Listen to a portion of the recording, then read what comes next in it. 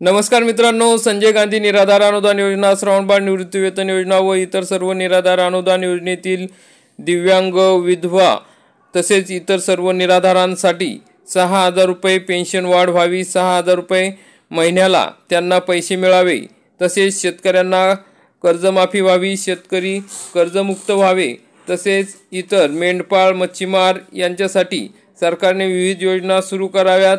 या सर्व मागण्यांसाठी माननीय बच्चूभाऊ कडू यांचा महाएल्गार मोर्चा 28 ऑक्टोबर रोजी नागपूर या ठिकाणी होणार आहे. त्या संदर्भातल्या प्रमुख मागण्या या ठिकाणी प्रकाशित झालेल्या आहेत. तर कोणकोणत्या मागण्या या मोर्चाच्या आधारे त्यांनी केलेल्या आहेत त्याविषयी सविस्तरपणे माहिती आपण बघूया. तर मग कोणत्या मागण्या या ठिकाणी मागितलेल्या आहेत तर बघूया. 28 ऑक्टोबर चलो नागपूर महाएल्गार शेतकरी, शेतमजूर, दिव्यांग, मेंढपाळ, मच्छीमार यांच्यासाठी चलो नागपूर, चलो नागपूर, चलो नागपूर. मंगळवार दिनांक 28 ऑक्टोबर 2025, वेळ दुपारी 12 वाजता. ठिकाण कापूस संशोधन केंद्राच्या बाजूचे मैदान, परसोडी, वर्धा रोड, जामठा, नागपूर. प्रमुख मागण्या आहेत: शेतकऱ्यांची संपूर्ण कर्ज कोणत्याही अटी शर्तीशिवाय त्वरित माफ करावे, नियमित कर्ज भरणाऱ्या शेतकऱ्यांसह सर्व शेतकऱ्यांचा 7/12 कोरा करावा, पीक कर्जाबरोबर मध्यम मुदत पॉली हाऊस, शेटनेट, जमीन सुधारणा, सिंचन सुविधांसह सर्व कर्जाचा कर्जमाफीत समावेश करा. शेतकरी पुन्हा कर्जबाजारी होऊ नये यासाठी शेतीमालाला स्वामीनाथन आयोगाच्या शिफारशीप्रमाणे रास्त उत्पादन खर्चावर आधारित 1.5 पट हमीभाव द्यावा. त्यासाठी शेतीमालाचा उत्पादन खर्च कमी करा. शेतीमालाला सरकारी खरेदीची पुरेशी हमी द्या. आयात निर्यातीचा व सरकारी हस्तक्षेपाचे धोरण शेतकरी हिताची राहतील याची हमी द्या. यासाठी शेतीमाल हमीभाव कायदा करा. शेतीमालाची निर्यात बंदी उठवून शेतकऱ्यांना खुला व्यापार व तंत्रज्ञानाचे स्वातंत्र्य द्या. शेतमजुरांचे व महिलांचे मायक्रो फायनान्स, बचत गट व सावकारी कर्ज माफ करा. शेतीमालाचा उत्पादन खर्च कमी करण्यासाठी पेरणी ते कापणीपर्यंतची सर्व शेती कामे रोजगार हमी योजनेत समाविष्ट करा. दुग्ध व्यवसाय, पोल्ट्री उद्योगासह सर्व शेती जोड उद्योगांचाही समावेश रोजगार हमी योजनेत करा. त्यासाठी स्वतंत्र व पुरेशी आर्थिक तरतूद करा. फळ पीक रोजगार हमी योजनेत 3:5 चे रेशो धोरण लागू करा. नैसर्गिक आपत्तीमध्ये शेतकऱ्यांना पुरेशी आर्थिक भरपाई मिळावी यासाठी शेतकरी हिताची पीक विमा योजना लागू करा. 1 रुपयात पीक विम्यासह रद्द केलेले सर्व ट्रिगर आधारित संरक्षण कवच पुन्हा बहाल करा. शक्तीपीठ महामार्ग, वाढवण बंदर, सुरजागड यासह राज्यात सुरू असलेले सक्तीचे जमीन अधिग्रहण बंद करा. दुधाला उत्पादन खर्चावर आधारित रास्त भाव द्या. गाईच्या दुधाला किमान 50 रुपये बेस रेट व म्हशीच्या दुधाला 65 रुपये भाव द्यावा. दूध क्षेत्राला FRP व रेव्हेन्यू शेअरिंगचे धोरण लागू करा. दूध भेसळ रोखण्यासाठी ठोस धोरण घ्या. कांद्याला किमान प्रति किलो 40 रुपये भाव द्या. कांद्यावरील निर्यात बंदी, किमान निर्यात मूल्य व निर्यात कर कायमस्वरूपी बंद करा.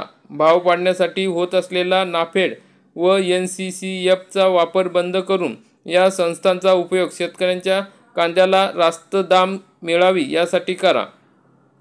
ऊसाला सन 2025-26 या वर्षासाठी 9% रिकव्हरीसाठी प्रतिटन 4300 रुपये, प्रति 1% रिकव्हरीसाठी 430 रुपये FRP द्या.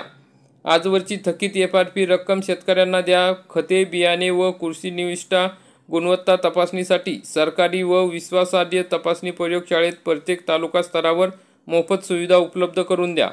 कसत असलेल्या वन जमिनी, देवस्थान, इनाम जमिनी, गावरान जमिनी, वर्कस जमिनी इत्यादी कसणाऱ्या व घराच्या तळ जमिनी श्रमिकांच्या नावावर करा. बाजार समितीत होत असलेल्या शेतकऱ्यांची लूट थांबवण्यासाठी कडक उपाययोजना करा.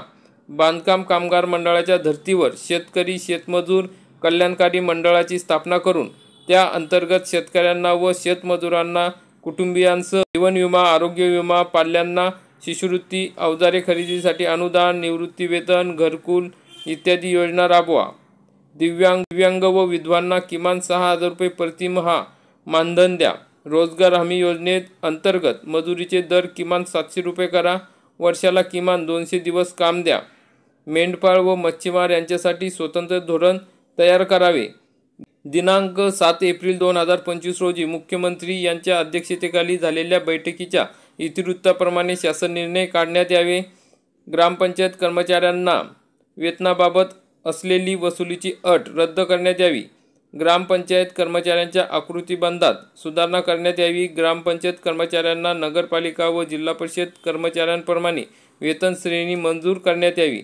तर मग मित्रांनो, अशा पद्धतीच्या प्रमुख मागण्या सर्व घटकांसाठी या ठिकाणी बच्चूभाऊ कडूंनी केलेल्या आहे. तर मग त्यासाठी बच्चूभाऊ कडू यांनी महाएल्गार मोर्चा हा 28 ऑक्टोबर रोजी नागपूर या ठिकाणी पुकारण्यात आलेला आहे. बच्चूभाऊ कडू यांनी पूर्ण महाराष्ट्रभर या मोर्चासंदर्भात विविध बैठका घेऊन मार्गदर्शन केलेले आहे, प्रचार केलेला आहे. त्यामुळे मोठ्या संख्येने या ठिकाणी शेतकरी, शेतमजूर, दिव्यांग, विधवा महिला, मेंढपाळ, मच्छीमार या ठिकाणी येणार आहेत. तर आपण सुद्धा या मोर्चाला यावे असे आवाहन बच्चूभाऊ कडू यांनी केलेले आहे. तर मित्रांनो, अशा प्रकारच्या प्रमुख मागण्या या ठिकाणी आहेत. तरी व्हिडिओला जास्तीत जास्त शेअर करा. व्हिडिओ आवडल्यास व्हिडिओला लाईक करा, चॅनलला सबस्क्राईब करा. धन्यवाद.